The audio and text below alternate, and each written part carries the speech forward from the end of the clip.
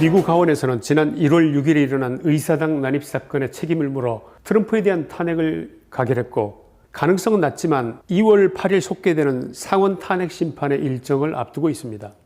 그런데 이와 상당히 유사해 보이는 일이 이곳 한국에서 벌어지고 있습니다.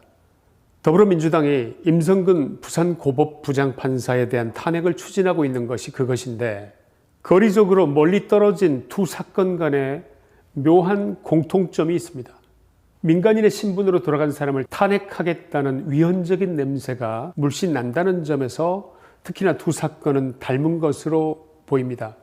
이미 1월 20일자로 민간인 신분이 된 트럼프를 탄핵하겠다는 미국 민주당, 그리고 우리나라 임성근 판사의 경우에 2월 28일이 되면 임기 만료로 퇴직할 예정인데, 그래서 국회를 통과하더라도 헌법재판소의 탄핵 심리를 거쳐서 심판 결과가 나오려면 수개월의 시간이 지나야 하는데, 이미 민간인의 신분이 되어 있을 임 판사를 탄핵하겠다는 민주당의 논리가 어쩌면 이렇게 많이 닮았을까요?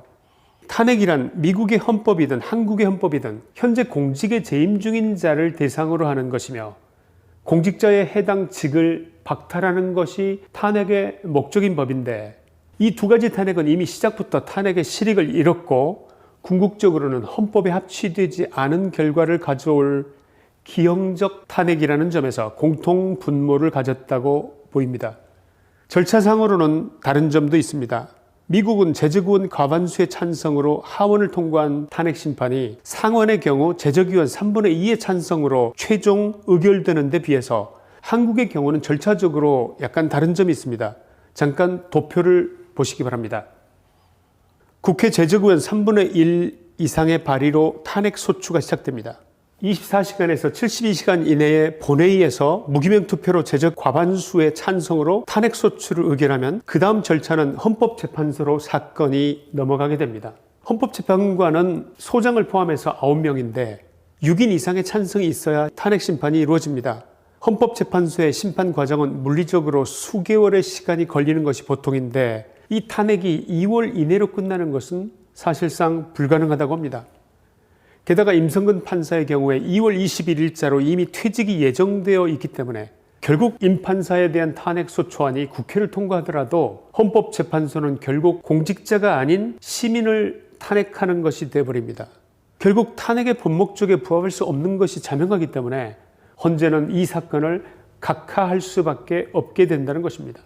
그러면 왜 두 민주당, 미국의 민주당과 한국의 민주당은 이런 일을 벌이고 있을까요? 첫째, 미국 민주당의 경우는 트럼프에 대한 두려움 때문입니다. 탄핵으로 전임 대통령으로서의 여러 가지 지위를 박탈하는 점도 있지만, 트럼프 탄핵의 공공연한 목표는 트럼프가 향후 공직 출마를 못하게 하려는 것입니다. 즉 2024년 트럼프의 대통령 선거 재출마를 막고자 하는데 더 큰 목적이 있다고 할 것입니다. 그리고 지금 트럼프에 대한 공화당의 지지층의 막강한 지지세를 보면 이것은 현실화할 확률이 매우 높다고 평가되고 있습니다. 그리고 무엇보다 이것을 잘 아는 펠로시를 비롯한 미국 민주당 인사들이 트럼프 탄핵에 혈안이 되어 있는 이유 아니겠습니까? 그들이 이렇게 위헌적 발생까지 감수하고 탄핵을 밀어붙이려 하는 것 자체가 트럼프의 재선에 대한 민주당의 두려움이 얼마나 큰지를 역설적으로 보여주고 있기 때문입니다. 두 번째, 한국 더불어민주당의 경우 탄핵 외에 뭔가 다른 목적이 있다고 보는 시각이 많습니다. 임성근 판사의 제거가 이번 탄핵 소추의 진정한 목적이 아니라고 보는 것입니다. 혹시 군에 갔다 오신 분들은 잘 아시겠지만 시범 케이스라고 들어보셨나요? 요즘 군대는 좋아져서 그런 일이 없을 수도 있겠지만, 군에 막 입대해서 머리를 막 깎은 신참병들을 연병장에 집합시켜 놓고 시범적으로 한 병사를 잡아다가 심하게 얼차례를 주는데, 이 목적은 다른 신참병사들에게 두려움을 주어서 군기를 바짝 들게 하려는 것입니다. 이 임성근 판사 한 사람이 무슨 트럼프처럼 영향력이 있다고 한 달 후면 이미 퇴임하기로 한 판사를 향후 5년 동안 변호사 활동을 못하게 막는 게 국회가 무슨 할 일이 없어서 이런 일까지 벌이겠습니까? 임성근 판사는 시범 케이스에 걸린 것이라고 보는 시각이 많습니다. 결국 다른 판사들 군기를 잡기 위해서라는 것인데, 판결에 대한 여권의 불만을 보여주고 말을 듣지 않는 판사가 어떻게 되는지 보여주려는 의도라고 보는 시각이 야권 내부와 법조인들 그리고 다수의 지식인들이 이번 임판사 탄핵을 바라보는 시각입니다. 이것에 대한 여러분의 생각은 어떠신지 궁금합니다. 자유롭게 댓글에 의견을 남겨주시기 바랍니다. 임성근 판사의 탄핵 경위를 조금 더 살펴보도록 하겠습니다. 임 부장판사는 지난 2014년부터 2016년 박근혜 전 대통령의 세월호 7시간 의혹에 관한 칼럼을 썼다가 명예훼손으로 기소된 가토 다스야 전 일본 산케이 신문 기자 재판에서 판결문 작성에 관여함으로써 직권남용 및 권리행사 방해 혐의 등으로 기소가 된 바 있습니다. 당시 서울중앙지법 형사수석부장이었던 임 부장판사는 재판장이었던 이동근 서울고법부장판사에게 박 전 대통령의 7시간 의혹 관련 내용이 사실무근이라는 점을 판결문에 포함시켜달라고 해서 판결문 작성에 개입했다는 혐의를 받았습니다. 임 부장판사의 변호인인 법무법인 해인 소속 윤근수 변호사는 첫째, 임 부장판사 사건은 항소심에서 치열하게 사실관계와 법리 공방이 진행 중이다. 따라서 법률상 명확한 최종 판결이 나오지 않은 1심의 결과를 근거로 한 탄핵은 그 탄핵 사유도 안 되는 한마디로 졸속 그 자체라고 비판하고 있습니다. 둘째, 1심 법원에서 임 부장판사에게 무죄를 선고한 점을 지적하면서 판결문에도 위헌적 행위라는 표현만 있을 뿐 이 표현은 문맥상 의견 제시나 조언에 불과하고 재판권 행사에 영향을 미치거나 침해하지 않는다는 이유로 재판부가 무죄를 선고했기 때문에 탄핵이 요청되는 정도의 헌법 위반에 해당되지 않는다고 지적했습니다. 셋째, 탄핵 추진의 절차적 흠결도 지적했습니다. 탄핵 여부를 가리려면 국회법 제130조 1항에 규정한 법제사법위원회 회부 및 조사를 통한 사실조사가 선행돼야 하지만 아직 1만여 쪽에 달하는 사건 증거와 쌍방의 주장도 검토되지 않았다면서 민주당 이탄희 의원 등 탄핵 추진 여당 의원들이 이에 대한 검토도 없이 임성근 판사의 행위를 평가하는 것은 매우 부실하고 부정확할 수밖에 없다고 주장하고 있습니다.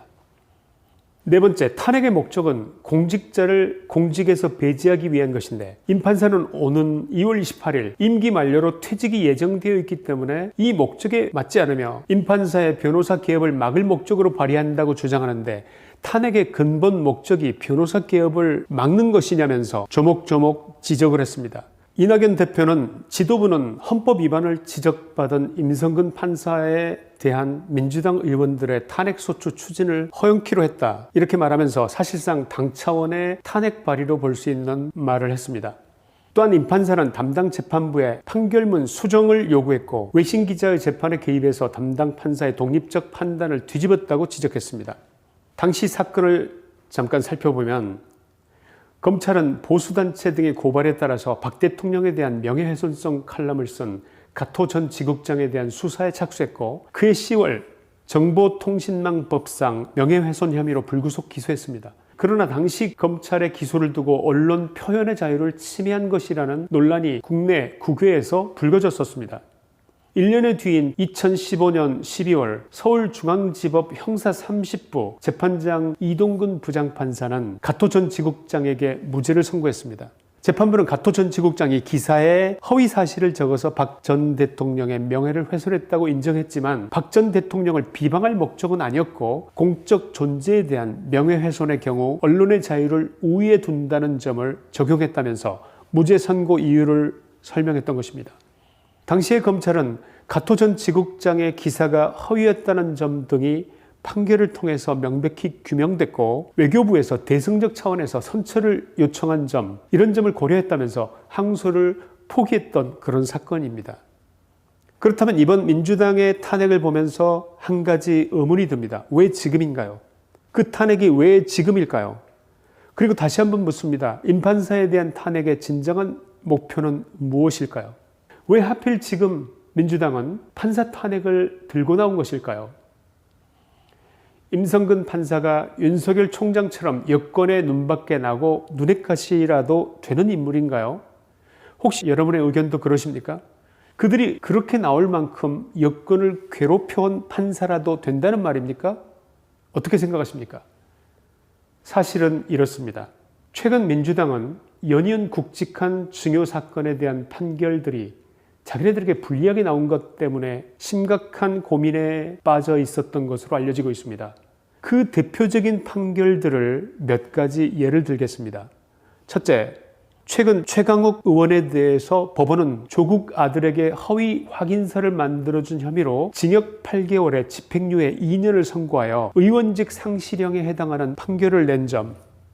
둘째, 윤석열 검찰총장에 대한 추미애 법무부 장관의 직무집행정지 명령 취소와 연이은 징계의 취소 등 일련의 소송에서 여당의 완패에 해당하는 판결이 나온 점. 세 번째, 대통령이 마음의 빚을 졌다고 감싸고 도는 조국 전 장관의 부인 정경심에 대한 판결에서 징역 4년의 전격적인 법정 구속까지 함으로써 여권 전체가 이를 충격적으로 받아들인 점. 네 번째, 김경수 지사에 대한 재판에서도 두루킹과 공모한 부분이 인정되었고 적어도 여론조작의 혐의를 판결문에 넣어서 이를 정치인으로서는 심각한 도덕적 해이다, 이런 문제점을 지적하면서 1, 2심 계속해서 불리한 판결이 나온 점. 민주당과 여권으로서는 이제는 윤석열 총장을 잡는 것보다 더 발등에 떨어진 불이 된 것은 민주당식 표현으로는 소위 판사들의 반란, 이것을 막는 것입니다. 법원을 어떻게든 길들여야 할 필요성이 그 어느 때보다도 더 크고 시급한 일로 보여지면서 여권 내부적 위기감이 심각해진 것으로 보는 관측이 적지 않습니다. 결론입니다. 조국 전 법무부 장관의 부인 정경심 동양대 교수가 지난 23일 자녀 입시 비리 등 혐의로 1심에서 징역 4년을 선고받고 법정 구속됐습니다. 재판부는 정경심 교수의 딸 조민 씨가 고려대와 부산대 의학전문대학원 등에 제출한 이른바 7대 스펙은 모두 허위다, 이렇게 결론을 낸 바 있습니다.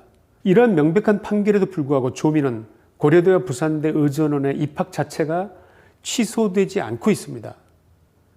대법원의 최종 판결이 나오지 않았다는 이유 때문이라고 합니다. 마찬가지 논리를 임 판사의 경우에 적용해 본다면 임성근 판사도 이제 1심이 끝났을 뿐입니다. 항고심이 진행 중이며 치열한 법적 공방이 진행되고 있어서 법적으로 아직 확정되지 않은 사건을 근거로 탄핵을 하겠다고 하는데, 조민의 경우는 내로이고 임성근의 경우는 남불인가요? 그래서 내로남불인 것은 아닐까요? 여러분의 의견은 어떻습니까?